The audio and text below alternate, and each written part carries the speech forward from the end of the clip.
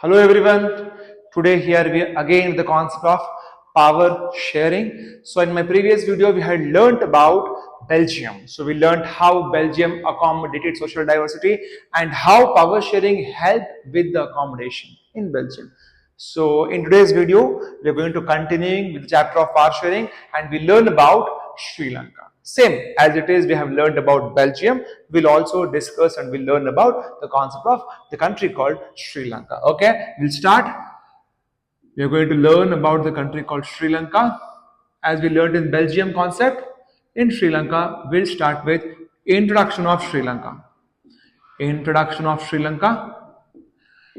So, Sri Lanka is an Asian country. Sri Lanka is an Asian country. It is in Asia. We all know that. And the capital of Sri Lanka is Colombo. The capital of Sri Lanka is Colombo. And we have only one neighboring country of Sri Lanka, that is India. So if this is India, Sri Lanka lies here. So Sri Lanka's neighboring country is India, which is in north-western direction. And if we compare the Sri Lanka's size and population, it is as same as Haryana. Same as Haryana, the state of India called Haryana. Yes, this is all about the introduction of Sri Lanka. Sri Lanka is an Asian country. The capital city of Sri Lanka is Colombo, and the neighboring country of Sri Lanka is India. We know that.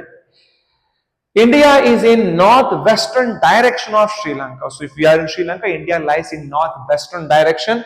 And if we compare size and population of Sri Lanka with with Haryana, it will be same. So size and population of Sri Lanka is as same as Haryana. If Sri Lanka's population is 2 crore, Haryana's population is also 1 crore. If you remember with Belgium, it was half of Haryana's size and population. This is all about the concept of Sri Lanka's introduction. Okay, next we'll go with cultural diversity in Sri Lanka or ethnic diversity in Sri Lanka.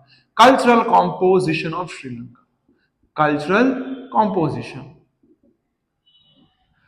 This cultural composition of Sri Lanka can be learnt in 3 different ways, 3 different types.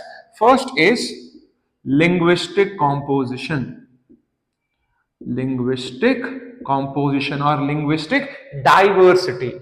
Okay, under linguistic diversity, we should note that 74% of Sri Lankans, they spoke a language called Sinhala. 74% of Sri Lankans, they spoke a language called Sinhala. 18% of Sri Lankans, they spoke a language called as Tamil. 74% of Sri Lankans spoke Sinhala.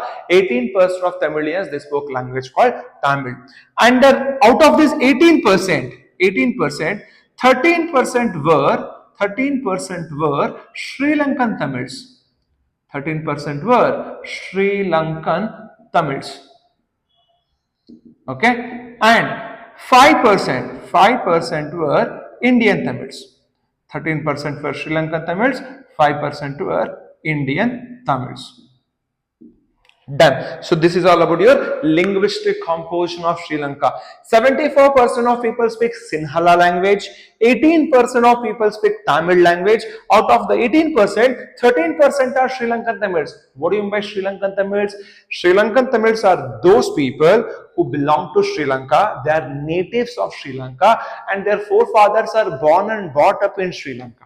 Okay, Indian Tamils are those people who have been migrated from India to Sri Lanka during colonial rule as a plantation worker.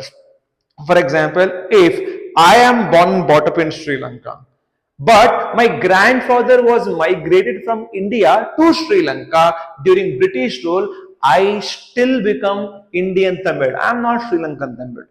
Sri Lankan Tamils, their whole forefathers must be born and brought up in Sri Lanka. Then only they are called as Sri Lankan Tamils, the native Tamilians. Indian Tamils are those people who belong to India, whose forefathers migrated from India to Sri Lanka.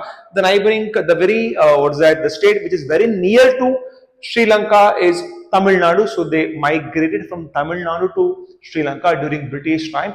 Why? Because Sri Lanka, British also ruled Sri Lanka, and in Sri Lanka we had labor shortage problem. So once they migrated from India to Sri Lanka as the plantation workers, they settled down here, and the next generation they are called as Indian Tamils. This will be linguistic composition of Sri Lanka.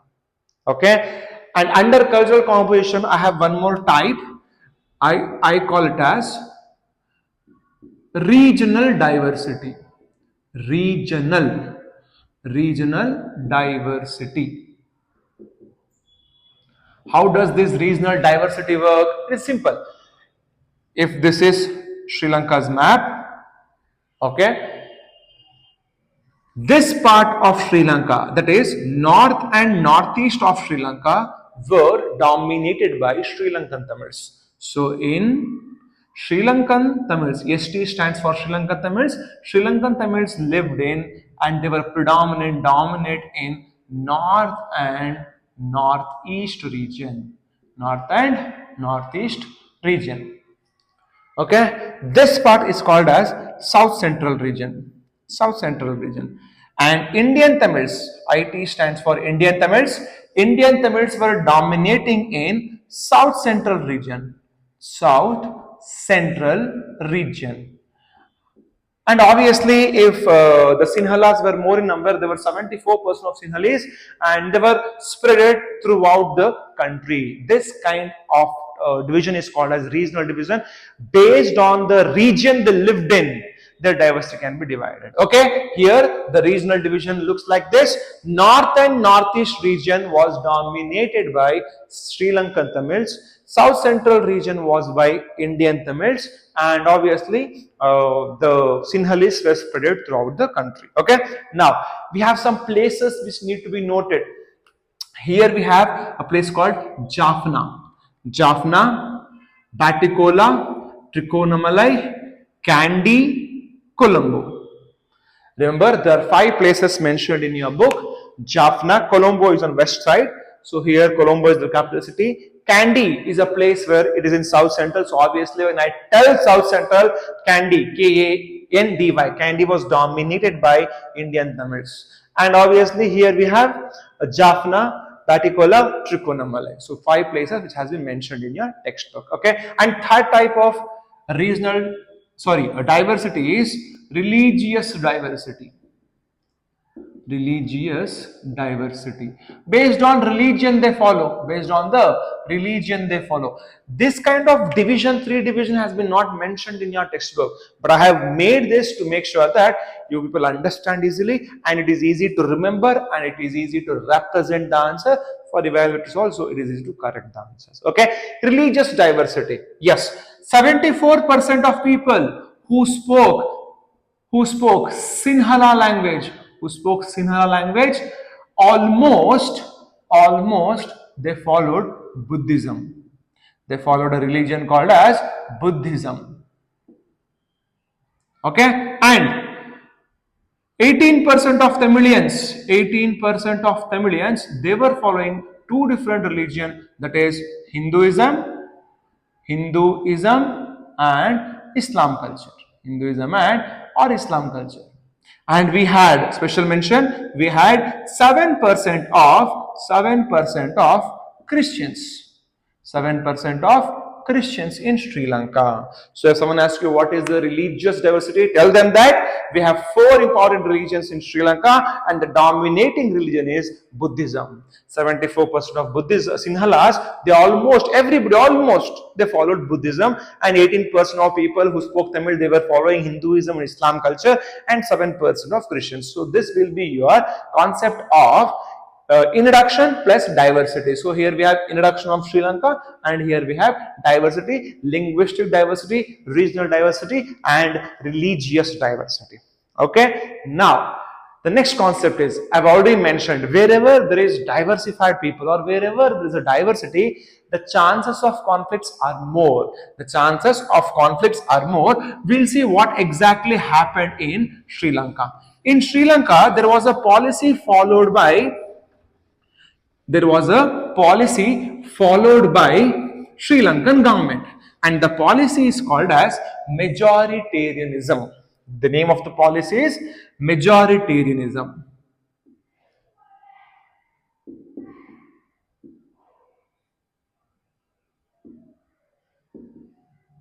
Done. Majoritarianism. What is majoritarianism? The rule of majority over the minority as per their wish. Neglecting minority, disregarding the minority. As we know, 74% we have Sinhalas, they are the majority people. 18% we have Tamilians, they are the minority people. So the rule of majority over the minority, disregarding, neglecting the minority is called majoritarianism. So simple, majority domination over minority. Majority will dominate over minority. Majority domination over minority is called as majoritarianism. And they followed few steps to, or they followed few measures to make sure that this majoritarianism policies are implemented in Sri Lanka. What are those policies? What are those measures? In 1956, there was an act passed in Sri Lanka. The name of the act is not mentioned in our textbook. There was an act passed in Sri Lanka which clearly told that Sinhala is the only official language of Sri Lanka. So they made Sinhala as the only official language. Only official language. Which means Tamil language has been completely neglected. As per the 1956 Act, Sinhala became the only official language in Sri Lanka, disregarding Tamil, neglecting Tamil. Okay, and then all the government jobs, and all the government jobs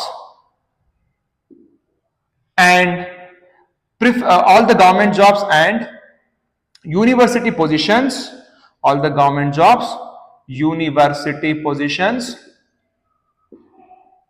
and higher official jobs, they were meant for Sinhalese.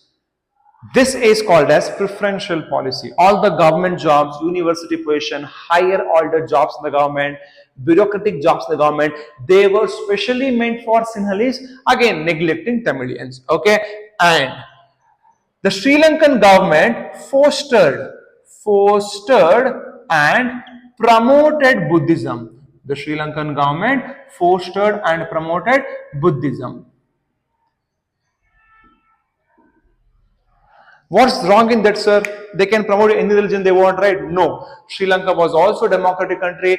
In India, there is no official religion, but here, even though there was no official religion, government was fostering, promoting Buddhism. These three are the majoritarianism policy followed by Sri Lankan government. Majoritarianism policy is followed by Sri Lankan government. And you can remember this as with a keyword called one language, preference, and one preference or one community and one religion. So they dominated by using these policies, that is language policy, preferential policy, and again religious policy. So this is how the majoritarianism was implemented in Sri Lanka.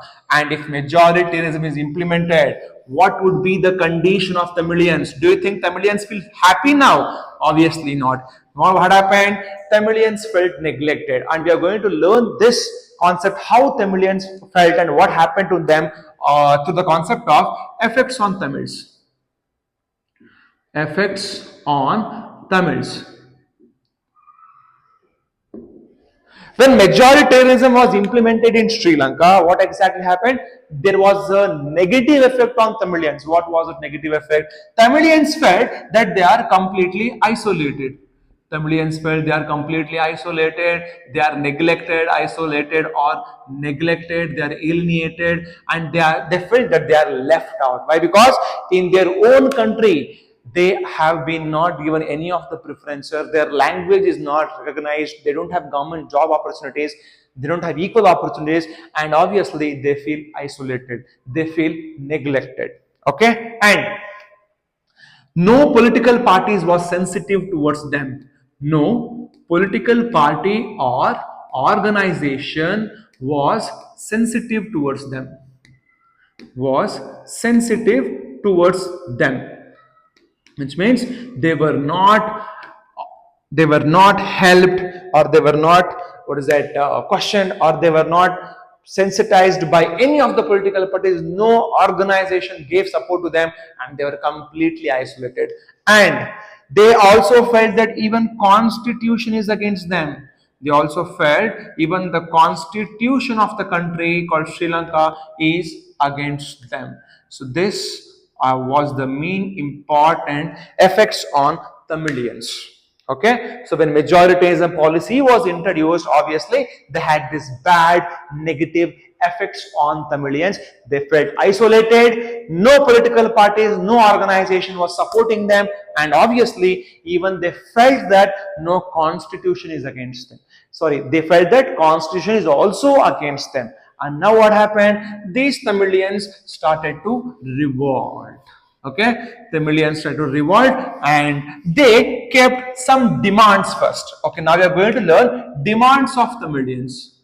Demands. When I tell demands, who gave more prominence, significance for these demands? What do you think? It is Sri Lankan Tamils or Indian Tamils? I'll tell it is Sri Lankan Tamils. Okay, Indian Tamils, their forefathers have been migrated, but Sri Lankan Tamils, they are just discriminated, neglected because they speak a different language. Just because they speak a different language called Tamil, they don't have any of these facilities in their own country, where their whole forefathers have been born and brought up in the same country. So the Sri Lankan Tamils made so many demands. All these demands are made by Sri Lankan Tamils, and the most important demand is Elam. Elam. Elam is nothing but a separate state. A separate state.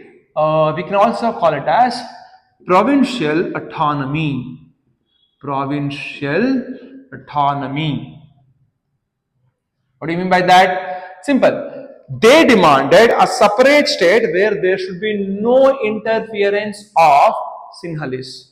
There should be no interference of Sinhalese. Okay? For example, if this is Sri Lanka again, which part they would have been demanded? It is very clear. The Sri Lankan Tamils were in north and northeast. So they demanded that northeast region would be theirs.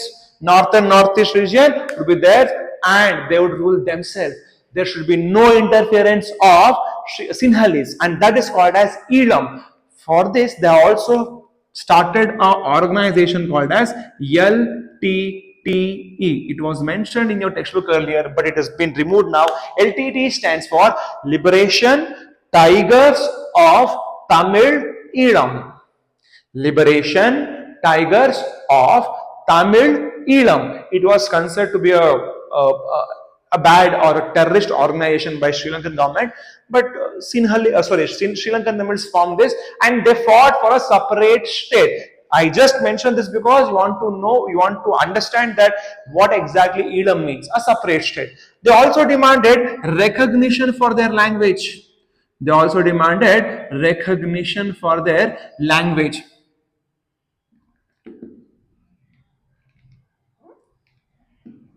For language.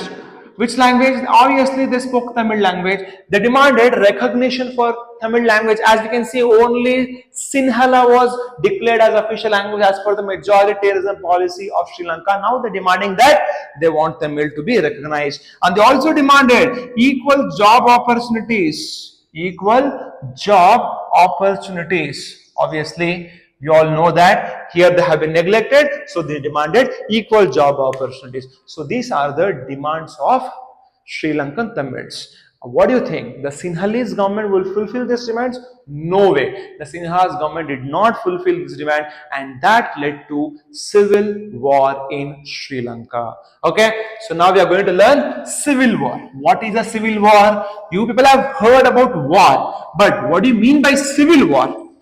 We are going to learn. Yes, so the next concept is civil war.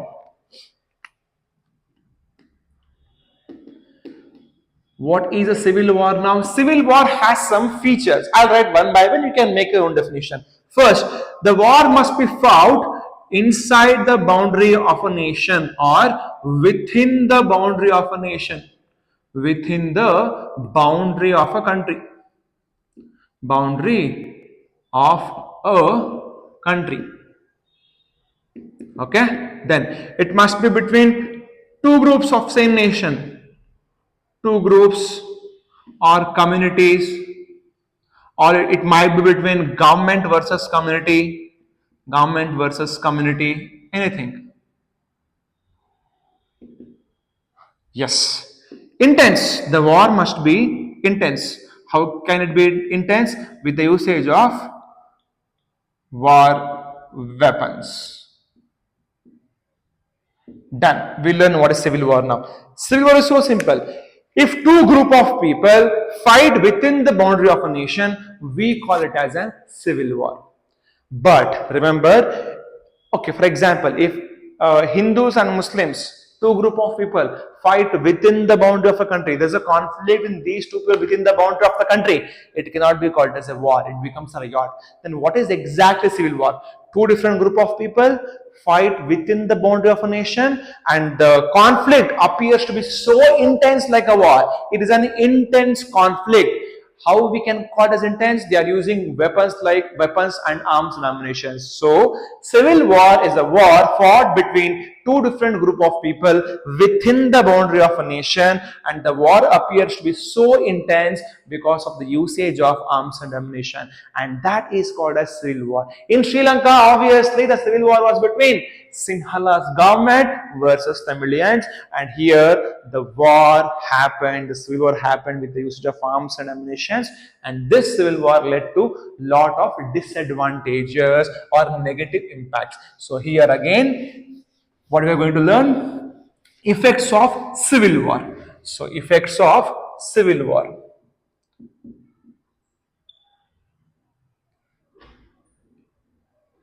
Effects of civil war. Obviously, the first effect would be loss of life and property. Loss of life and property. And political instability. Political instability.